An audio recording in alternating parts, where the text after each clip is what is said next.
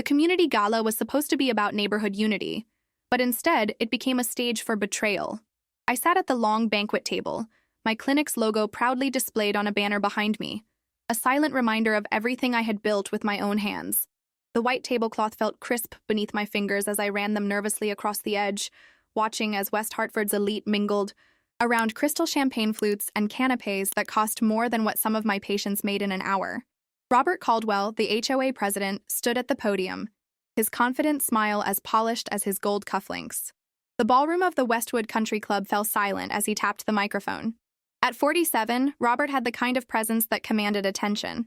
Salt and pepper hair, perfectly coiffed, custom-tailored navy suit that probably cost more than my monthly rent, and that smile that never quite reached his eyes. I'd seen that smile before, at board meetings when he'd dismiss my concerns about accessibility ramps or community health initiatives. "Ladies and gentlemen," he declared, holding up a folder with an authoritative air, "as you know, our neighborhood thrives when we work together. That's why I'm proud to announce that my cousin Andrew will step in to help manage Dr. Reynolds' clinic." My heart stopped. I felt the blood drain from my face as I clutched my water glass. Across from me, Michael Harris, my clinic manager, shot me a look of alarm. Robert continued, his voice smooth as silk. "She'll still receive 25% of the profits out of family loyalty. A generous arrangement, if you ask me." The audience clapped politely, their faces carefully blank, though I felt the sting of humiliation burn through my chest. My life's work reduced to a favor. I glanced around at the sea of familiar faces, neighbors I'd treated for years, people whose children I'd helped after sports injuries, elderly patients who depended on me. Not one of them looked me in the eye. I rose slowly, heels clicking against the polished wood floor. The noise of the applause faded as I set my briefcase on the edge of the podium. With deliberate calm, I opened it, pulled out a thick binder, and slid a single page forward. "Clause 4.3, I said, my voice steadier than I felt. "Patricia, would you please read it aloud?" Patricia Nguyen, the notary who had been with me since day one, adjusted her glasses and cleared her throat. The room fell into silence as her voice carried over the microphone. "Management rights of the clinic are non-transferable, non-negotiable, and remain exclusively under the ownership and direction of Dr. Jessica Reynolds." Gasps rippled through the crowd. Whispers filled the room. Robert's smile collapsed as though someone had pulled the rug from under him. His cousin Andrew, a man I'd met only twice at neighborhood functions, sank into his chair, pale and speechless. And in that moment, after years of being underestimated, I stood taller than I ever had. But that moment of triumph was fleeting. This was just the beginning. It wasn't always like this. 6 years earlier, I'd opened Reynolds Physical Therapy with nothing but student debt and determination.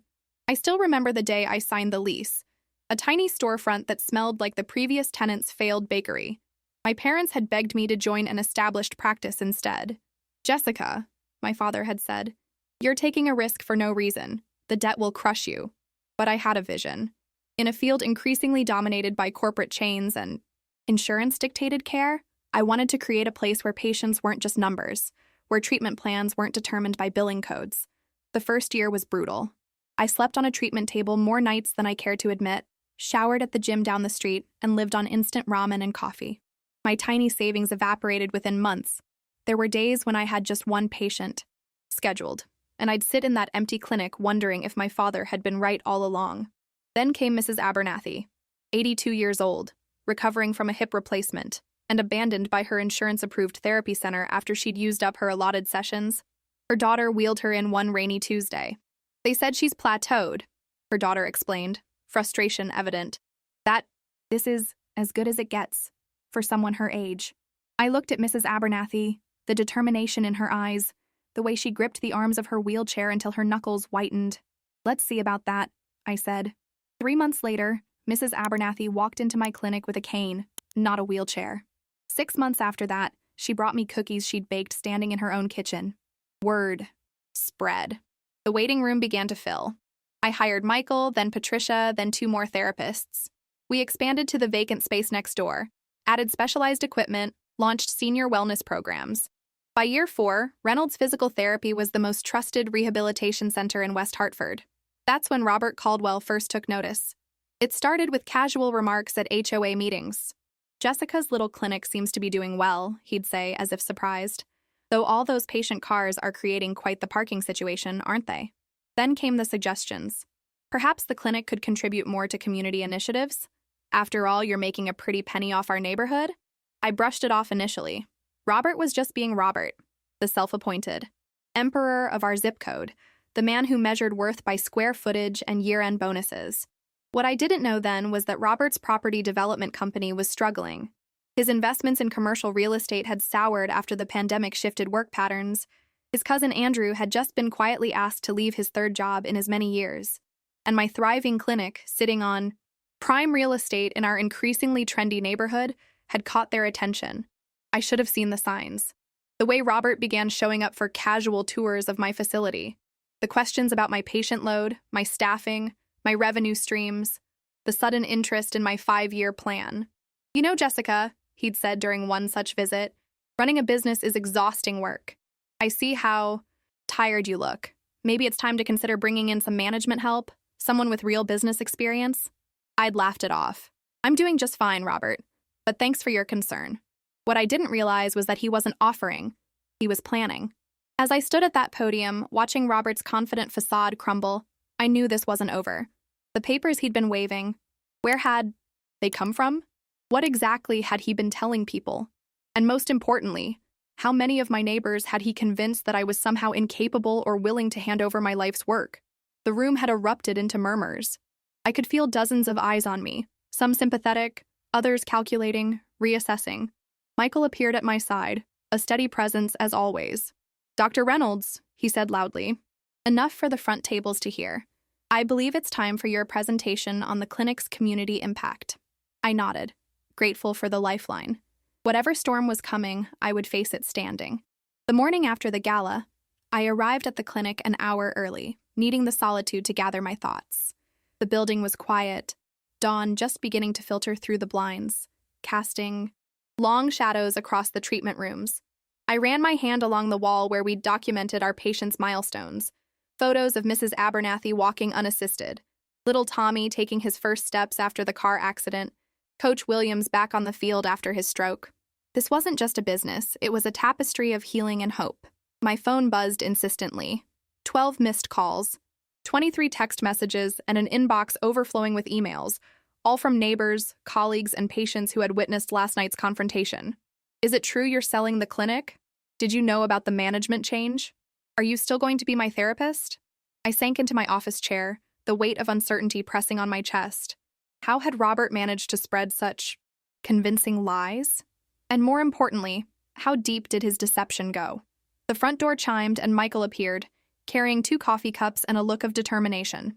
"Figured you'd be here early," he said, placing a latte on my desk. At 38, Michael had the kind of steady reliability that kept the clinic running smoothly. Former military, he'd come to me 3 years ago looking for a job while he finished his healthcare administration degree. Now, he was my right hand, the person who made sure billing got done while I focused on patients. "I've been making calls since 5 a.m., he said, pulling up a chair. "Damage control. The good news is most of your long-term patients aren't buying Robert's story. The bad news is he's been working on this for months." "Months?" I echoed, the coffee turning bitter in my mouth. Michael nodded grimly. "Remember those routine HOA inspections of the clinic?" Turns out he was taking notes, documenting anything he could use. Patient wait times, equipment maintenance schedules, even that week when the parking lot needed repaving. "But that doesn't explain those documents he was waving around," I said, the memory of Robert's confident smile making my stomach turn. "That's where it gets interesting," Michael replied, pulling out his tablet. "I spoke to Diane from the county clerk's office this morning. Robert filed paperwork 2 weeks ago establishing a management company called Westside Wellness Solutions. He listed you as a co-founder and appointed his cousin as CEO. That's impossible. I never signed anything." "You didn't have to," came a voice from the doorway. Patricia stood there, her expression grim. At 62, she had been a notary public for longer than I'd been alive, and her meticulous nature had saved me from countless paperwork headaches over the years. "Morning, Patricia," Michael greeted her. "You're early, too."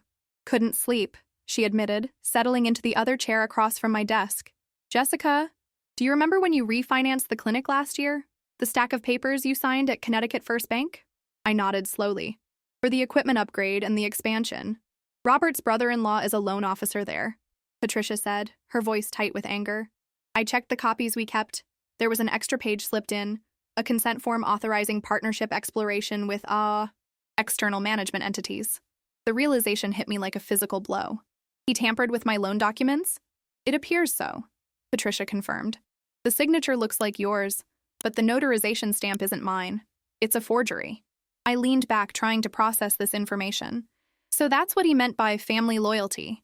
He thought he had me legally cornered. But he doesn't, Michael interjected firmly. That's why Clause 4.3 is so important. When we drew up the original incorporation papers for the clinic, Patricia insisted on that non-transferable management clause. It supersedes any subsequent agreements, especially fraudulent ones. I looked at Patricia with newfound appreciation. You knew something like this might happen? She shrugged, but her eyes were sharp. I've been around long enough to know that successful women-owned businesses attract sharks. I've seen it happen to my sister, my niece, and half a dozen clients. So yes, I built in safeguards. For the first time since the gala, I felt a flicker of hope, but it was quickly doused by reality. Robert has connections everywhere, I reminded them. The HOA board, the Chamber of Commerce, the country club where half our referrals come from. He can make things very difficult for us. Michael's face hardened. He already has. 3 appointments canceled this morning, all patients who live in Robert's section of the neighborhood. And I overheard someone at the coffee shop saying you were overwhelmed and grateful for the management help. The whisper campaign has started, Patricia noted, grimly. I stood up and walked to the window, watching as the parking lot began to fill with the day's first patients. Then we need to be louder than the whispers, not with gossip or accusations, but with truth and evidence. I turned back to them, resolve strengthening my voice. Michael, I need you to gather every document related to the clinic's founding, every legal paper with my signature on it. Patricia, can you contact the bank and request an investigation into document tampering? They both nodded, a determined energy filling the room. What about Robert? Michael asked. He's not going to back down easily. No, he won't, I agreed, remembering the cold calculation in Robert's eyes when Clause 4.3 was read aloud. But neither am I. This clinic isn't just my livelihood. It's my purpose. And I won't let anyone take that from me. As if on cue, my phone buzzed with a text message. It was from Robert. We should talk privately.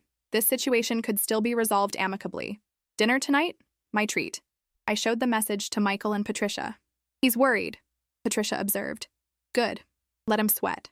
Michael was less optimistic. Or he's setting another trap. You shouldn't meet him alone.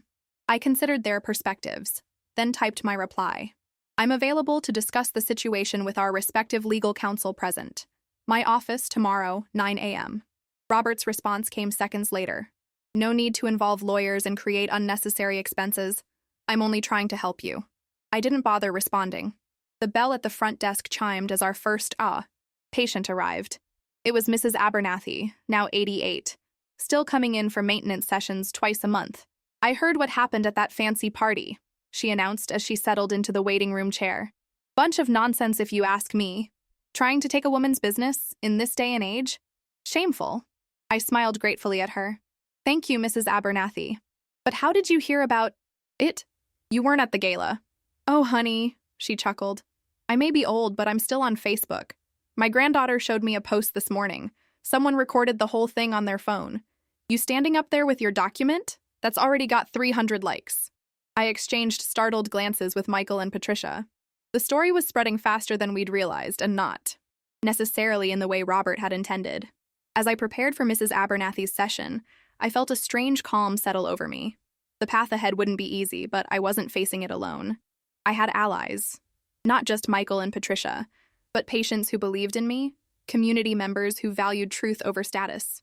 Robert might have money and connections, but I had something more powerful. The integrity of my work and the loyalty it had earned. And as I was beginning to realize, that might just be enough to weather the storm. By Wednesday, it was clear that Robert had no intention of backing down. I arrived at the clinic to find glossy brochures stacked in our waiting room, ones I had never ordered or approved, announcing exciting changes at Reynolds Physical Therapy, now under the HOA Professional Management of Westside Wellness Solutions. The brochures featured stock photos of smiling executives in suits and promised streamlined services and enhanced business operations. "They were delivered this morning," explained Jenny, our receptionist. "The delivery guy insisted they were ordered by management. I tried to call you, but it's not your fault," I assured her, gathering the brochures into a recycling bin. From now on, nothing gets displayed or distributed without either Michael's or my direct approval. As if summoned by his name, Michael appeared from the break room, his face grim. "You need to see this," he said, handing me his tablet. On screen was the neighborhood newsletter, digital edition. The headline read, "Local Clinic Undergoes Management Restructuring." Beneath it was a photo of Robert and Andrew, both smiling confidently, standing in front of my clinic. The article quoted Robert extensively about bringing professional business acumen to support Dr. Reynolds' medical expertise and ensuring the clinic's long-term sustainability in a challenging healthcare market. I was quoted too, except I had never said any of those things. Jessica Reynolds acknowledges the challenges of balancing patient care with business operations and welcomes the support, the article claimed. This partnership represents a natural evolution for the clinic. My hands shook as I handed the tablet back to Michael. "This is libel. He's putting words in my mouth." "It gets worse," Michael said quietly. "Check your email." There it was, a message from the West Hartford Chamber of Commerce, congratulating me on the exciting new partnership and requesting updated information for their business directory. The sender had copied Robert and Andrew, along with several board members. The systematic nature of Robert's approach was becoming clear. Create enough public perception of the change that it would become a fait accompli. Make it so awkward and complicated for me to dispute that eventually I'd give in just to avoid the conflict. I closed my eyes briefly, centering myself. "Call Patricia. Tell her to meet us for lunch and see if she can bring her niece, the one who's an attorney." "Already texted her," Michael replied. "They'll be here at noon." The morning passed in a blur of patience, each appointment requiring me to be fully present despite the storm raging in my mind. Mrs. Tanaka, recovering from shoulder surgery. Coach Peterson with his tennis elbow. 16-year-old Maya learning to walk again after a gymnastics accident. This was the work that mattered. The actual healing happening within these walls while Robert played power games with my reputation. At lunchtime, Patricia arrived with her niece, Sophia Chen, a sharp-eyed attorney in her mid-30s who specialized in small business law and didn't waste time on pleasantries. "You have a clear case of fraud, defamation, and attempted business theft," she said, after reviewing our evidence. "The forged document alone is enough for criminal charges, not just civil action." "I don't want this dragging through the courts for months," I admitted. "Every day this continues damages the clinic's reputation." Sophia nodded thoughtfully. "Then we go with overwhelming force, a multi-pronged approach designed to end this quickly." She pulled out her legal pad. "First, a cease and desist letter addressing the false statements, unauthorized marketing materials, and fraudulent business entity. Second, a formal complaint to the State Banking Commission regarding the tampered loan documents. Third, direct outreach to the Chamber of Commerce and HOA board clarifying the situation. And fourth," Patricia added, "we publish the video." I looked at her questioningly. "Mrs. Abernathy's granddaughter wasn't the only one recording at the gala," Patricia explained, pulling out her phone. "I was too. I have Robert's entire announcement, your response, with clause 4.3, and most importantly, his reaction when he realized his plan was falling apart. The video was clearer than I expected, capturing Robert's confident announcement, the audience's polite applause, and then my calm rebuttal. But what struck me most was Robert's face after the clause was read, the flash of anger that briefly replaced his smooth facade, revealing the calculation beneath. "This puts everything in context," Michael observed. "No one who watches this could believe you agreed to any partnership. Let's not release it publicly yet," Sophia advised. "It's more valuable as leverage. I suggest we invite Robert and Andrew to a meeting, with their attorney if they wish. We present our evidence, our legal position, and our demands, a full retraction, public apology, and immediate dissolution of Westside Wellness Solutions." "And if they refuse?" I asked. Sophia's smile was razor-sharp. "Then we escalate. File the banking complaint, release the video, and proceed with the lawsuit. But my guess? They'll fold. Men like Robert calculate risks and rewards. Once he sees the evidence we have, the smart play is retreat." I nodded, feeling more confident than I had in days. Set the meeting.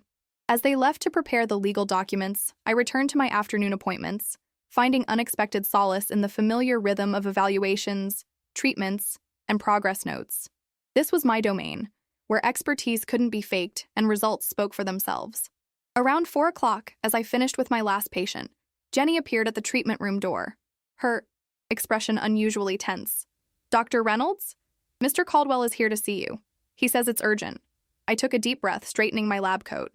"Tell him I'll be with him in 5 minutes. And Jenny? Make sure Michael is nearby." When I entered my office, Robert was already seated, legs crossed casually as if he owned the place. He wore the same navy suit from the gala, his expression a practiced blend of concern and authority. "Jessica," he began, rising slightly as I entered. "I thought it would be best if we talked directly, without all the misunderstandings getting in the way." "Misunderstandings?" I kept my voice neutral as I settled behind my desk, maintaining the physical barrier between us. "Is that what you call forging my signature and announcing unauthorized changes to my business?" His smile tightened fractionally. "Strong accusations. I prefer to think of this as a breakdown in communication. The documents I have clearly indicate your interest in bringing on management support." "Documents I never signed," I countered. "Robert, we both know what's happening here. The question is, how do you want this to end?" For a moment, his mask slipped, revealing a flash of the anger I'd glimpsed in Patricia's video. "I'm trying to help you, Jessica. This clinic has potential, but you're limiting its growth with your sentimental approach. Andrew has MBA-level expertise in healthcare management. He could take this place regional, maybe even statewide. And what would be left of my vision? My commitment to patient-centered care?" I shook my head. "This isn't about helping me. It's about helping yourself to something I built." Robert leaned forward, his voice dropping. "Let's be practical. You're one woman running a small clinic in an increasingly competitive market. Insurance reimbursements are dropping. Regulatory requirements are increasing. Without proper business backing, places like this get swallowed by hospital systems or corporate chains. Or by opportunistic neighbors," I suggested quietly. He ignored the jab. 25% is generous, Jessica. Most founders get squeezed out entirely during acquisition. I'm offering you continued involvement, steady income, and freedom from administrative headaches. All you have to do is focus on treating patients, which is what you love anyway." There was a certain logic to his argument, the same seductive reasoning that led many small business owners to sell to larger entities, trading autonomy for security. For a fleeting moment, I wondered if life would be simpler if I accepted his offer.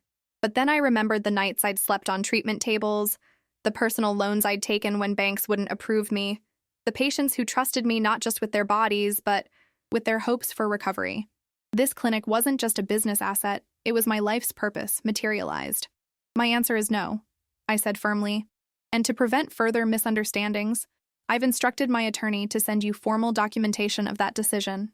Sophia Chen will be contacting you tomorrow to arrange a meeting where we can discuss the dissolution of Westside Wellness Solutions and the retraction of false statements you've made about my business." Robert's expression hardened. "An attorney? That's unnecessary and expensive, Jessica. We can resolve this as neighbors." "We stopped being just neighbors when you forged my signature, Robert. Now we're adversaries in a legal matter." I stood up, signaling the end of our conversation. "I suggest you bring your own lawyer to the meeting." He rose slowly, straightening his suit jacket with deliberate calm. "You're making a mistake. This clinic could be something much bigger with the right backing." "It already is something big," I replied. "It just doesn't look that way to someone who measures success only in dollars and square footage." As Robert left, Michael appeared in the doorway, concern evident on his face. "Everything okay?" I nodded, surprised to find that it was true. "Actually, yes.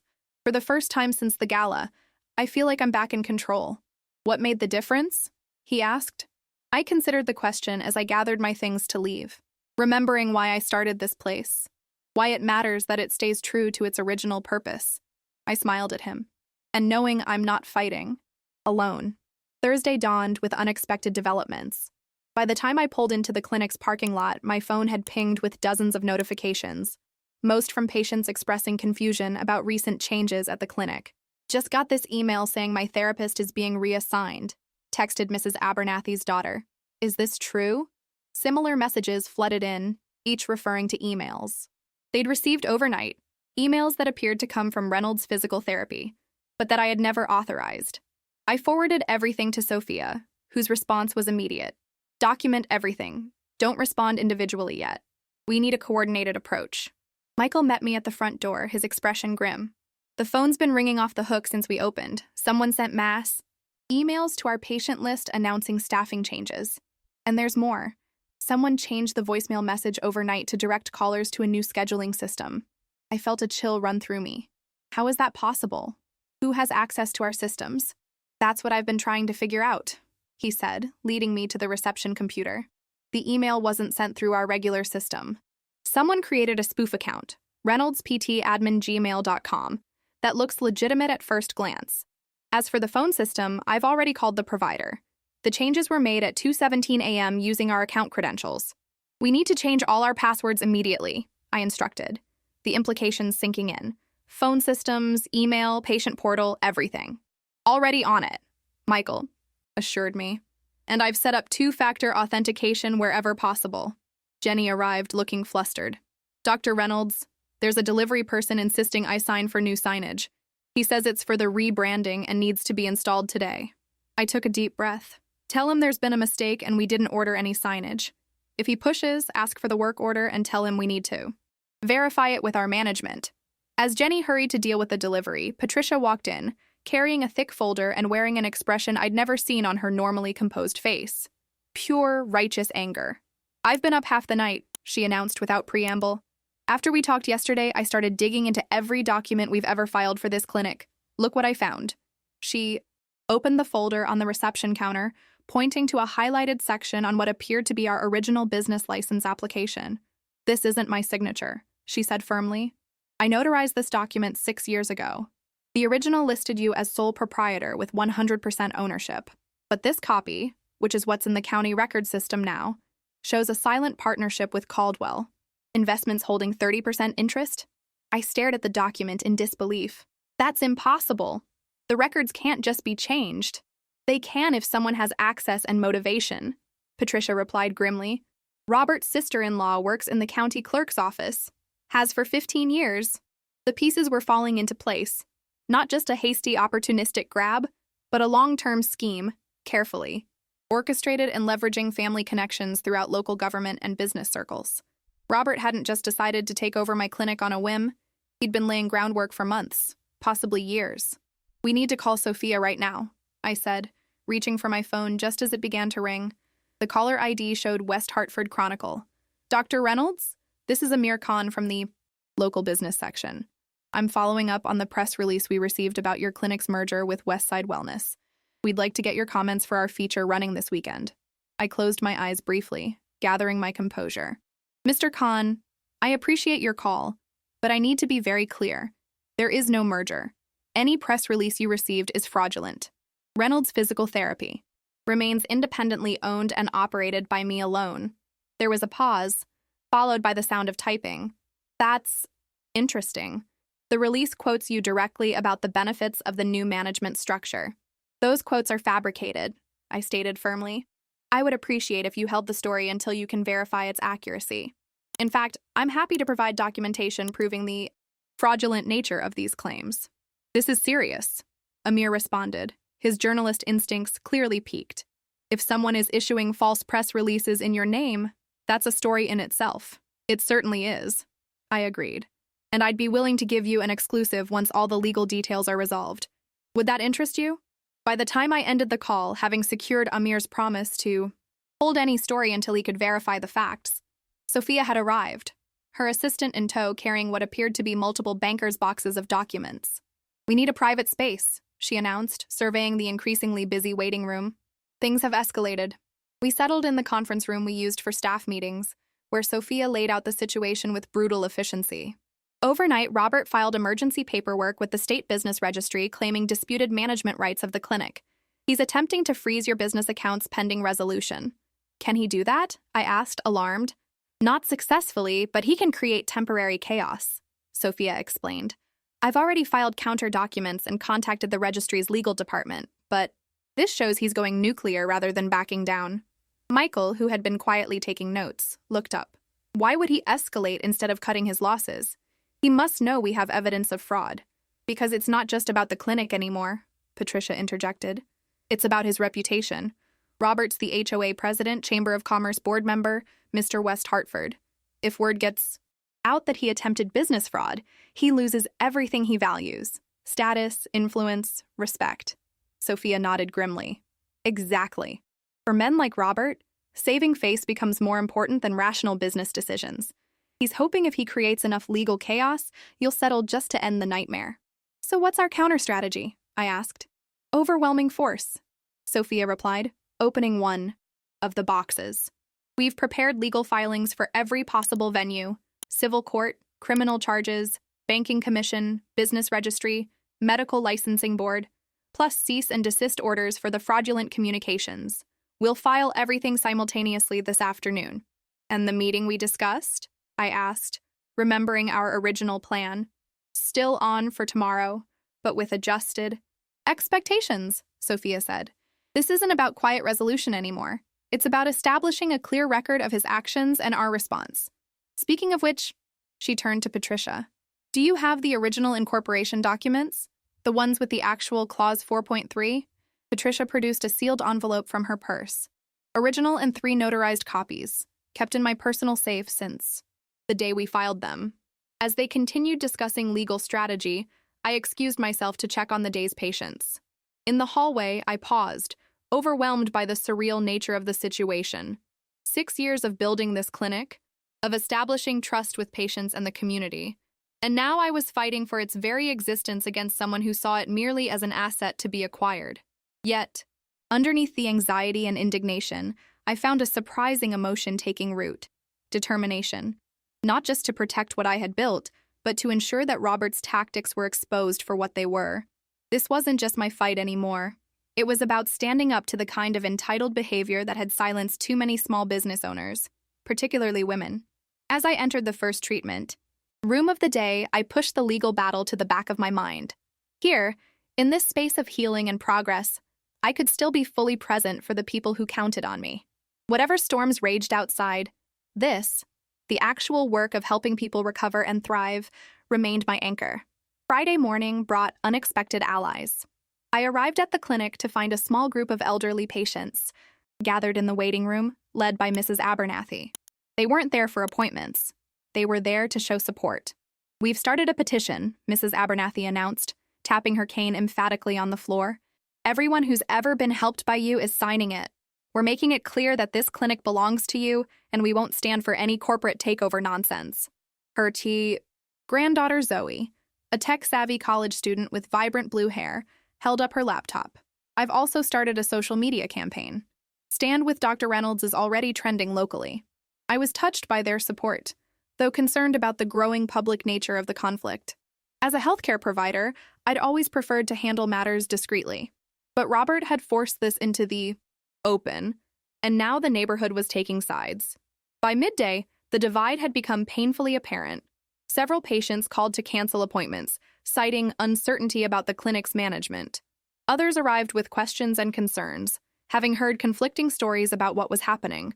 The HOA community forum had exploded with discussions, some supporting me, others repeating Robert's narrative about necessary business restructuring for the clinic's survival. Michael kept me updated throughout the day, shielding me from the worst of it so I could focus on patient care. But during my lunch break, he showed me something that couldn't be ignored: a formal letter from the HOA board requesting my attendance at an emergency meeting to address concerns about business practices affecting neighborhood property values. This has Robert's fingerprints all over it, Michael observed. He's using the HOA as another pressure point. I nodded, scanning the letter. The meeting's scheduled for tonight. That's no coincidence. What do you mean? Our meeting with Robert, Andrew, and their attorney is at 2 p.m. today, I reminded him. He's scheduled the HOA meeting for 7 p.m. regardless of what happens this afternoon. He's hedging his bets, creating another venue to pressure me if the legal confrontation doesn't go his way. At precisely 2 p.m., Robert arrived with Andrew and their attorney, a sleek, silver-haired man named Harrison Wells from one of Hartford's most prestigious firms. They settled across the conference table from Sophia, Patricia, and me, with Michael standing by the door like a sentinel. Harrison began with practiced cordiality. We appreciate this opportunity to resolve the misunderstandings between our clients. Mr. Caldwell maintains that his actions were undertaken with Dr. Reynolds's best interests in mind. Let's dispense with the pleasantries, Sophia interrupted, her voice cool and precise. Your client has engaged in document fraud, identity theft, defamation, and attempted business appropriation. We're not here to negotiate. We're here to inform you of our terms before we proceed with legal action. She laid out a folder of documents, sliding copies across the table. Item 1, forged signatures on county business records.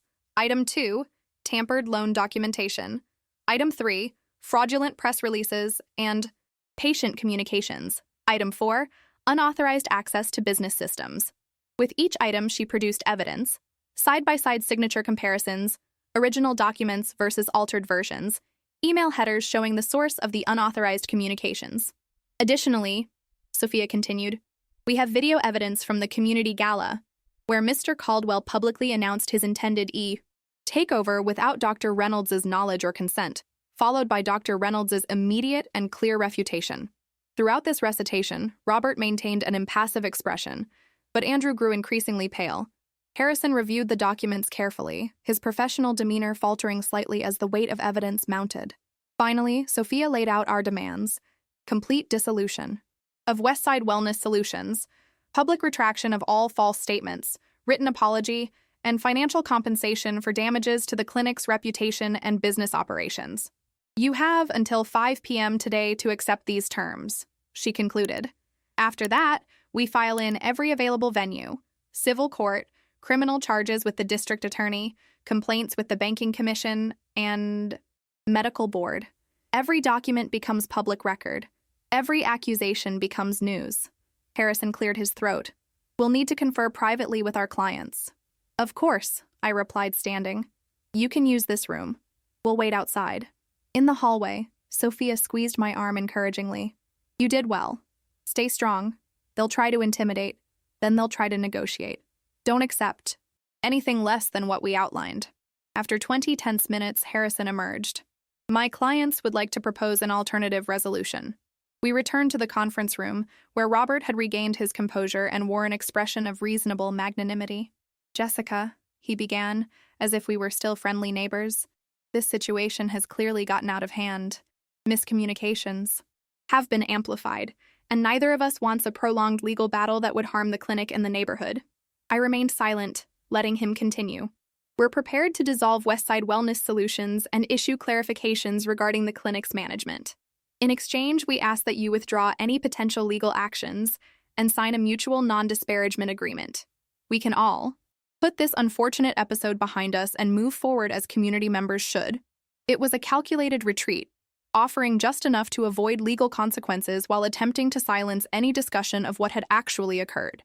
No acknowledgement of wrongdoing, no apology, and certainly no compensation. I looked at Sophia, who gave a subtle shake of her head. That's not acceptable, I said firmly. What you're describing isn't miscommunication, Robert. It was a deliberate attempt to take control of my business through fraudulent means. I won't pretend otherwise, and I won't sign anything that prevents me from speaking the truth. Robert's facade of reasonableness cracked. Be sensible, Jessica. Do you really want to drag your clinic's name through a public legal battle? Think about what that will do to patient confidence, referral relationships. I am thinking about my patients, I replied evenly. They deserve to know that this clinic's integrity won't be compromised, not by you, not by anyone. They deserve the honest, independent care I've always provided. Harrison attempted to salvage the situation. Perhaps we could modify the terms. There's no middle ground. Here, Sophia interjected. Either your clients accept full responsibility for their actions with all the terms we outlined, or we proceed with legal filings. The deadline remains 5 p.m. Robert stood abruptly. This is absurd. I was trying to help modernize a struggling clinic, and this is the thanks I get? Threats and accusations? The clinic isn't struggling, Robert, I said quietly. That's a narrative you created to justify your takeover attempt. Our patient satisfaction scores are in the top percentile for the state. Our finances are solid.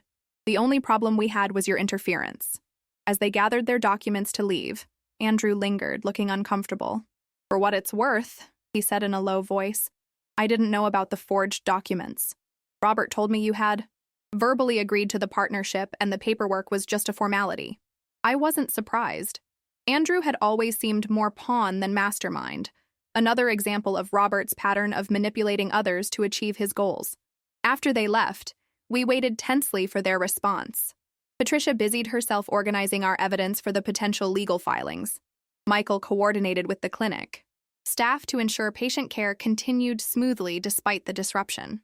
I reviewed my notes for the evening's HOA meeting, knowing that regardless of Robert's decision this afternoon, I would still need to face the neighborhood forum he had orchestrated. At 4:58 p.m., Harrison's email arrived. Robert and Andrew had accepted our terms, with one modification.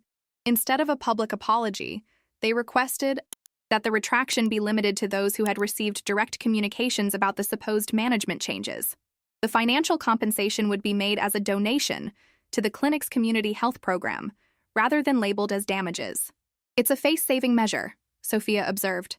The substantive requirements are met, but he's trying to control the narrative. Should we push back? I asked. Sophia considered for a moment. No. We've achieved the core objectives: stopping the takeover, correcting the record, and obtaining compensation. How it's framed matters less than the actual outcome. Besides, you still have the HOA meeting tonight. You're not suggesting I skip it? On the contrary, she smiled. I think you should absolutely attend. Robert may have conceded legally, but he'll still try to salvage his reputation and authority in that forum. This is your chance to set the record straight with the community, on your terms. The HOA meeting was held in the community center, a modern building with floor-to-ceiling windows overlooking the neighborhood park. By the time I arrived, the main meeting room was already packed, not just with board members, but with dozens of residents, creating an atmosphere more suited to a town hall than a routine association meeting. Robert sat at the center of the board table, looking remarkably composed for someone who had just signed a legal settlement hours earlier. He wore a different suit than this afternoon, charcoal gray instead of navy, but the same practiced smile that never reached his eyes. As I found a seat near the back, familiar faces nodded encouragingly. Mrs. Abernathy and her family, several patients, Patricia and Michael, who had insisted on attending for moral support. But there were also cool glances and whispered comments from residents who had clearly bought into Robert's version of events. Robert called the meeting to order with practiced authority. Thank you all for coming on short notice. As you, know, our neighborhood values transparency, cooperation, and mutual respect. Recent events have raised questions about business practices that may impact our community standards. He was framing this as a neighborhood issue rather than a personal vendetta. Clever. Before we address specific concerns, Robert continued smoothly, I'd like to share some positive news. After productive discussions, this afternoon, Westside Wellness Solutions will be making a generous donation to support community health initiatives at Reynolds Physical Therapy, ensuring that all our residents have access to quality care. Murmurs of approval rippled through the room. He was recasting his legal settlement as a philanthropic gesture, simultaneously taking credit for the donation while glossing over why it, was being made in the first place. Robert continued with practiced ease. Our neighborhood has always prided itself on maintaining certain standards: aesthetic, operational, and ethical. When businesses operate within our community, they become part of that shared commitment. I felt a surge of indignation. This was the same man who had forged my signature and attempted to steal my clinic, now positioning himself as the guardian of neighborhood ethics. The sheer audacity was breathtaking. Robert gestured toward me without making eye contact. Dr. Reynolds is with us tonight, and I'm sure she'd agree that proper business management benefits everyone. Most importantly, the patients who depend on her services. Several board members nodded along, clearly primed for this narrative.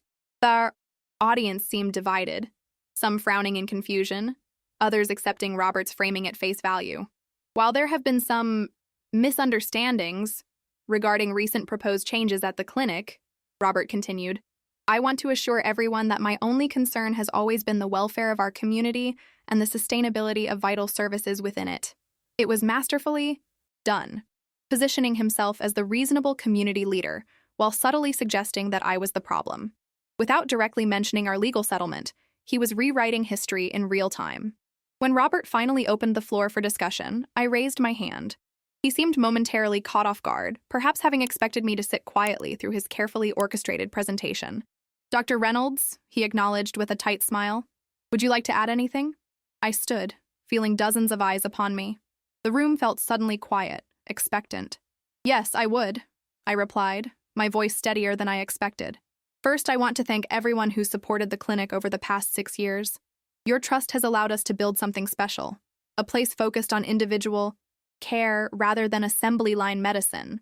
I paused, gathering my thoughts. I could respond directly to Robert's manipulations, calling him out publicly, or I could take the higher road, focusing on truth rather than confrontation. I believe in transparency, I continued, so I want to address what's really happened these past few days. Earlier this week, documents were circulated announcing changes to my clinic's management, changes I never approved or agreed to. Today, those documents have been officially withdrawn and corrected. Robert shifted uncomfortably at the head table. Several board members exchanged glances. The clinic remains under my sole ownership and direction, as it has been since day one, I stated clearly. The donation Mr. Caldwell mentioned is part of a legal settlement addressing the unauthorized use of my business name and the distribution of misleading information. A murmur ran through the crowd. I hadn't mentioned forgery or fraud explicitly, but I had made it clear that the donation wasn't voluntary charity on Robert's part. I share this not to create division, but because you all deserve the truth. My commitment to this neighborhood has never wavered. The clinic will continue providing the personalized care you've come to expect, with the same values and approach that have guided us from the beginning. Robert quickly tried to regain control. Thank you, Dr. Reynolds. While we may have different perspectives on recent events, I think we can all appreciate your dedication to patient care. But the dynamic had shifted. Hands were raising throughout the audience. The first to be recognized was Eleanor Winters, a retired judge who had lived in the neighborhood for decades. Robert, she said, her voice carrying the weight of someone used to being heard in courtrooms, you mentioned misunderstandings about the clinic's management. Can you clarify exactly what those misunderstandings were? Because it sounds like documents were circulated without Dr. Reynolds' authorization, which seems more serious than a simple misunderstanding. Robert's smile remained fixed, though it appeared increasingly strained. As with many business negotiations, there were different interpretations of preliminary discussions. Those differences have now been resolved amicably. Eleanor wasn't satisfied. Were there actually negotiations, or was this a unilateral action? Because I received an email announcing new management at the clinic, presented as a done deal, not as something under discussion. Before Robert could respond, another resident spoke up. Martin Goldman, who ran a small accounting firm. I'm confused. The newsletter described a partnership between Dr. Reynolds and something called Westside Wellness Solutions. That company doesn't appear in any business registry I could find prior to last month. Who exactly owns it? The questions continued, each more pointed than the last. The careful narrative Robert had constructed was unraveling thread by thread, not through my direct accusations, but through the community's own growing skepticism. Throughout it all, I remained standing, silent, but present. This wasn't about me attacking Robert. It was about truth emerging through collective inquiry. Andrew, who had been sitting quietly near the back, suddenly stood. His face was flushed, his expression strained. I need to say something, he announced, interrupting his cousin mid-sentence. Robert told me Dr. Reynolds had agreed to our management proposal. He showed me papers with her signature. I believed him because, he's family, and because, he faltered briefly, because he convinced me she wasn't capable of running the business side properly. The room fell silent as Andrew continued, his words coming faster now, as if a dam had broken. I found out today that those signatures weren't authentic. The entire plan was presented to me as legitimate business development, but it wasn't. It was, he looked directly at Robert for the first time. It was fraud, and I can't be part of it anymore. Robert's face drained of color. Andrew, this is hardly the venue. When is the venue, Robert? Andrew countered. After more documents get forged? After more lies get told? I've let you manipulate me for years because you're family, because you're successful. But this, he gestured around the room, this isn't success, it's just power without principles. Patricia, sitting nearby, leaned over and whispered, should we show the video now? I shook my head slightly. There was no need to pile on. Andrew's admission had accomplished what no external evidence could. It had revealed the truth from within Robert's own circle of trust. The meeting devolved from there. Board members who had initially supported Robert now distanced themselves, claiming they'd been misled about the situation. Residents voiced concerns about leadership and integrity. Several demanded Robert's resignation as HOA president. Through it all, I maintained my composure, neither attacking Robert nor defending him from the community's growing outrage. This wasn't about revenge, it was about accountability.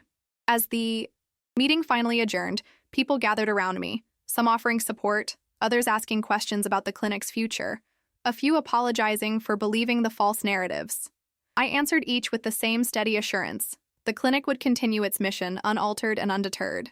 Robert slipped out a side door, avoiding the crowd. Andrew approached me briefly, his expression a mix of shame and relief. "I'm sorry," he said simply. "I should have asked more questions." I nodded, acknowledging his apology without absolving him entirely. We all have choices about who we trust and what we're willing to do for success.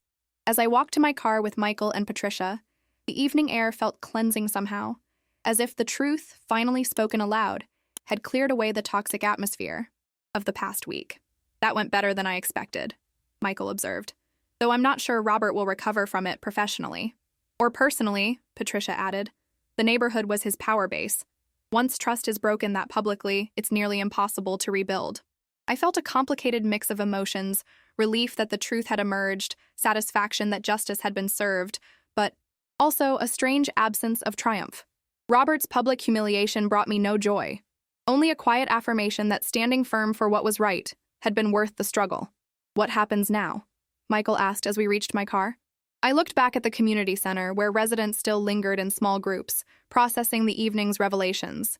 "We go back to work. We focus on healing. Not just bodies, but maybe this community too." "And Robert?"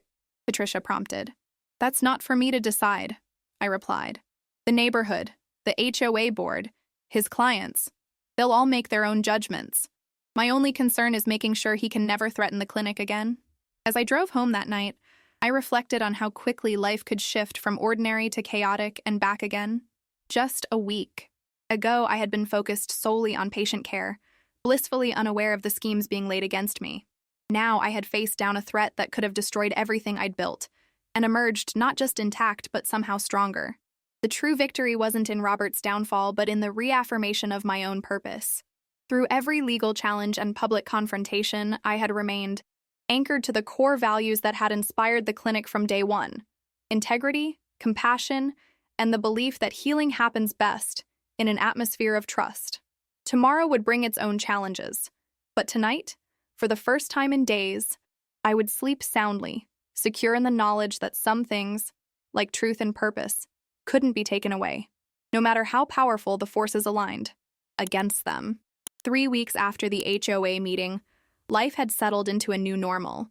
Robert resigned from the HOA presidency the following day, citing personal reasons rather than acknowledging the public outcry that demanded his removal. He listed his house 2 weeks later. The for sale sign on his immaculate lawn felt like the closing of a chapter, not just for him, but for the entire neighborhood. Andrew had left town entirely, returning to Boston, where he'd apparently been offered a position by a former college roommate. Before departing, he'd sent me a handwritten letter, 5 pages of reflection and apology that revealed more about his complicated relationship with Robert than any court deposition could have captured. "I've spent my life trying to measure up to a standard that was corrupt at its core," he wrote. "Thank you for showing me what real integrity looks like." The clinic itself had weathered the storm remarkably well. After Sophia issued press releases clarifying the situation, patient confidence rebounded quickly. In fact, we'd seen an unexpected surge in new appointments, people who had heard about the controversy and were curious about the clinic that had stood its ground against attempted corporate takeover. This Thursday afternoon, I was reviewing patient files when Michael knocked on my office door, a familiar excitement in his expression that usually signaled good news. "The community health grant came through," he announced, waving the official letter. "Full funding for the senior wellness program for the next 3 years. I smiled, feeling a weight lift that I hadn't realized I was still carrying. This grant had been in progress for months before Robert's takeover attempt, and I'd feared the controversy might jeopardize it. "That's fantastic," I replied, genuinely relieved. "Mrs. Abernathy will be thrilled. She's been asking when we're starting the Tai Chi classes." "Speaking of Mrs. Abernathy," Michael continued, "her granddaughter's video about the clinic has gone semi-viral in healthcare circles. We've had 3 calls this week from other independent practitioners asking about our business model and how we've maintained independence." I shook my head, still amazed at how the story had resonated beyond our neighborhood. "Set up calls with them. If our experience can help other small practices stay independent, that's a silver lining I hadn't anticipated." As Michael turned to leave, he hesitated in the doorway. "The new HOA president asked if you'd consider joining the board, by the way. They're restructuring after Robert's departure, creating a small business liaison position. The irony wasn't lost on me. 6 months ago, I'd applied for a position on the board and been politely but firmly rejected. Robert had seen to that, citing my limited community involvement, despite years of pro bono work with local seniors and veterans. "Tell them I'll think about it," I replied, not yet ready to commit. While the invitation was validating, I wasn't sure I wanted to divert energy from the clinic's growth, especially now that we had the new grant. That evening, I stayed late at the clinic, enjoying the quiet after the last patient had left. I walked through the treatment rooms, noting the small improvements we'd made since the confrontation. New equipment funded by the settlement donation, updated patient information systems with enhanced security measures, a refreshed waiting area that felt more welcoming. As I passed the wall of patient milestones, I paused to add a new photo. Coach Williams, standing unaided on the baseball field, he'd thought he might never walk again after his stroke. His recovery had been particularly meaningful, unfolding against the backdrop of my own professional crisis. While I fought for the clinic's future, he fought for his mobility, both of us refusing to accept limitations others tried to impose. The front door chimed, startling me. We were officially closed, but I occasionally made exceptions for patients with urgent needs. I walked to the reception area to find Patricia, carrying a small potted plant and what looked suspiciously like a bottle of champagne wrapped in tissue paper. "I thought I might find you here," she said, setting her offerings on the counter. "Still working at 7 o'clock on a Thursday?" I smiled, genuinely happy to see her. Our relationship had deepened through the crisis, evolving from professional respect to genuine friendship. "Just finishing up some paperwork. What brings you by?" "2 things," she replied, unwrapping the champagne. "First, it's officially 1 month since we filed the corrected business documentation. The county records now show beyond any shadow of doubt that you are the sole owner of this clinic." She produced 2 paper cups from her purse. Not exactly champagne flutes, but they would serve the purpose. "And second?" I asked, accepting a cup of the bubbling liquid. "Second," she continued, her expression softening, "I'm retiring at the end of the year." I felt a pang of surprise and sadness. Patricia had been with me since the beginning, the first person I'd hired, the steady presence who had kept our documentation immaculate, and as it turned out, had quietly protected the clinic's legal foundation with clauses like the now famous 4.3. "Patricia, I don't know what to say. The clinic won't be the same without you." She smiled, a hint of mischief in her eyes. "Oh, I'm not disappearing entirely. I'll still notarize your important documents. But after 37 years of working full-time, I think I've earned mornings in my garden and afternoons with my grandchildren." We toasted to her retirement, to the clinic's resilience, to new beginnings. As we talked, I realized that this crisis, painful as it had been, had clarified something important for me. This clinic wasn't just a business. It was a community lifeline, a safe harbor in a healthcare system that often left people feeling like anonymous data points rather than individuals with unique needs and stories. "What will you do with the clinic now?" Patricia asked, as if reading my thoughts. "You have options you didn't have before. Expansion, satellite locations, partnerships with the hospital system." It was true. The publicity from Robert's attempted takeover had, ironically, opened doors that had previously been closed to us. 3 different healthcare networks had reached out about potential collaboration, and a medical investment group had made a legitimate, if unsolicited, offer to fund expansion. "I'm still deciding," I admitted. "But one thing's certain. Whatever growth happens, it will be on our terms, maintaining our values. Quality over quantity. Individual care over volume processing." Patricia nodded approvingly. "That's what I hoped you'd say. It's why I added Clause 4.3 in the first place. Not just to protect you from people like Robert, but to protect your vision even from well-intentioned compromises." As we finished our impromptu celebration, the evening light streamed through the windows, casting long golden rays across the clinic. There was something poetic about this moment, acknowledging an ending while simultaneously embracing new possibilities. Patricia would retire, but her influence would remain woven into the clinic's foundation. Robert had departed, but the community he had attempted to manipulate against me had ultimately grown stronger, more transparent, more supportive. "You know," Patricia said as she gathered for things to leave, "in all my years as a notary, I've seen hundreds of businesses come and go. The ones that last aren't necessarily the biggest or the most profitable." "What are they then?" I asked. She smiled, wisdom etched in the lines of her face. "They're the ones built on something real, a genuine need, an authentic purpose, relationships that matter. Everything else is just noise. As I locked up the clinic that night, I felt a profound sense of certainty that had been missing even before Robert's attempted takeover. The past month had burned away doubt and hesitation, leaving behind a clearer vision of the clinic's future, not as the empire Robert had envisioned, but as something more valuable, a place of genuine healing, rooted in community and guided by principles that no legal document could ever fully capture. 6 months later, on a bright spring morning, I stood in front of the clinic, watching as the new sign was installed. The logo remained the same. I designed it myself during those early days when the clinic was more dream than reality, but we'd added a tagline beneath it: independent care, enduring values. Michael stood beside me, checking items off a clipboard, as workers positioned the sign precisely above the entrance. The community room renovations will be finished by Wednesday, he reported. The new exercise equipment arrives Thursday. We should be ready for the open house on Saturday as planned. I nodded, still slightly overwhelmed by how quickly our expansion had progressed. After careful consideration, we had decided to grow, not by opening satellite locations or merging with larger systems, but by deepening our roots in this community. We'd purchased the vacant storefront next door, converting it into a wellness center, offering preventative care programs, group classes, and community health education. The funding had come from multiple sources: part settlement money from Robert, part grant funding, and part community investment. When word spread about our expansion plans, several long-term patients had approached me about becoming minority stakeholders. Unlike Robert's hostile takeover attempt, these were genuine partnerships built on shared values and mutual respect. Patricia, true to her word, had retired at the end of the year, though she still dropped by regularly, sometimes as a Tai Chi participant, sometimes as a volunteer helping with paperwork, always as a cherished friend.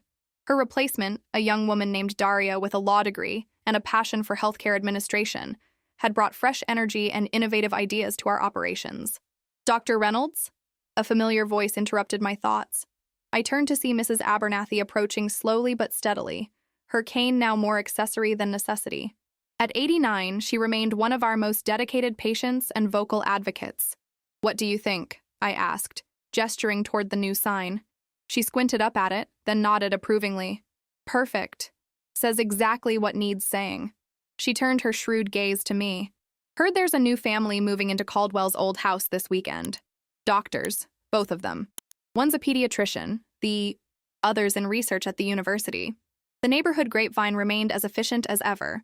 Robert's house had sold quickly but had stood empty for months while the new owners finished their work contracts elsewhere.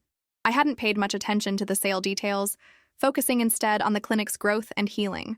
"I should organize a welcome committee," Mrs. Abernathy continued. "Show them what this neighborhood is really about. Not those fancy galas and status games, but actual community." I smiled at her determination. In the wake of Robert's departure, something remarkable had happened in our neighborhood. Without his domineering influence, people had begun creating more inclusive community events. Block parties where everyone was welcome regardless of home value, volunteer, initiatives that brought together residents from all corners of the development, genuine connections forming across demographic lines that had previously seemed impermeable. "I think that's a wonderful idea," I told her. "Let me know if the clinic can contribute anything." As Mrs. Abernathy continued toward the entrance for her regular appointment, Michael checked the final item on his clipboard. "Almost forgot," he said. "The reporter from Healthcare Leadership Quarterly is confirmed for Monday. They want to feature the clinic in their series on sustainable independent practices." I nodded, still slightly uncomfortable with the attention our story had garnered in professional circles. After the confrontation with Robert, I had expected, perhaps even hoped, that things would simply return to normal. Instead, our experience had become something of a case study in resilience and principled leadership. I had even been invited to speak at several healthcare conferences about maintaining independence in an increasingly consolidated market. "Remind me to prepare those patient outcome statistics they requested," I replied. "If they're going to tell our story, I want the focus to be on the care we provide, not just the drama we survived." As we walked inside, the clinic hummed with its usual morning energy. Front desk staff preparing for the day, therapists setting up treatment rooms, early patients checking in. This familiar rhythm had been my anchor throughout the turbulent months following Robert's attempted takeover. No matter what chaos swirled through legal documents and community meetings, the daily work of healing continued uninterrupted. In my office, I found an unexpected envelope on my desk, thick cream paper with my name handwritten on the front. Inside was a formal invitation to join the board of the West Hartford Healthcare Coalition, a newly formed organization advocating for patient-centered care models throughout the region. I set it aside to consider. Later, my attention drawn to the day's patient schedule. Mrs. Tanaka at 9, recovering well from her second shoulder surgery. Coach Peterson at 10, finally making progress with that persistent tennis elbow. New evaluation at 11. A referral from one of the doctors moving into Robert's old house, reaching out even before they'd arrived in the neighborhood. Just before my first appointment, I took a moment to straighten the framed document that now hung prominently on my office wall. Not a degree or certification, though those were displayed elsewhere, but a simple typed page showcasing Clause 4.3 in its entirety. I had framed it not as a reminder of conflict, but as a testament to foresight, to the importance of establishing clear boundaries, to the value of surrounding yourself with people who protect what matters. Mrs. Abernathy peeked her head in before heading to her session. Almost forgot to tell you, Eleanor Winters is organizing a mentorship program for women entrepreneurs in the area. She specifically asked if you'd consider being one of the mentors, said something about showing others how to stand their ground with grace. I smiled, touched by the request. Tell her I'd be honored. As Mrs. Abernathy left, I turned to the window, looking out at the neighborhood that had been the setting for both my greatest professional achievement and my most difficult challenge. From this vantage point, I could see the park where we now held outdoor therapy sessions in good weather, the community center where I had faced down Robert's manipulation, the streets where I had once distributed flyers for a fledgling clinic that many predicted would fail within a year. 6 years and one attempted takeover later, the clinic wasn't just surviving. It was thriving, expanding, evolving. Not as the corporate entity Robert had envisioned, but as something far more valuable. A community institution built on genuine care and uncompromised values. The door chimed as the day's first patients arrived. I smoothed my lab coat, centered myself in the present moment, and stepped out to greet them, carrying forward the lessons of the past months. That integrity matters more than appearance, that true community reveals itself in crisis, and that sometimes the most powerful clause in any contract is the one that simply says, "This is who I am. This is what I stand for. And this is not negotiable." As I welcomed Mrs. Tanaka and began her session, I felt a profound sense of alignment between my original vision for the clinic and its current reality, between professional success and personal integrity, between the challenges we had overcome and the future we were creating. Robert had intended to diminish me, to reduce my life's work to a percentage point in his portfolio. Instead, his actions had inadvertently strengthened everything he had sought to control: my resolve, my community standing, my clarity of purpose. In the quiet moments between guiding Mrs. Tanaka through her exercises, I reflected on the strange journey that had brought us here, the community gala that became a stage for betrayal, the moment of standing alone at the podium, facing down a room of uncertain allies and clear opponents, the legal battles and public reckonings that followed. But most importantly, I thought about Clause 4.3, those few lines of legal text that had protected everything that mattered. Not just my ownership of a business, but my right to define success on my own terms, to lead according to my own values, to build something that reflected my deepest beliefs about healing and community. Some victories are loud and public. Others are quieter, more profound. As I helped Mrs. Tanaka through her final stretches, celebrating her improved range of motion, I knew which kind mattered more. Not the moment when Robert's smile collapsed at the gala, but this moment, a patient regaining function, a community healing itself, a purpose reaffirmed through trial. The takeover that wasn't had become the catalyst for something far more meaningful, a clear-eyed recommitment to the vision that had started it all.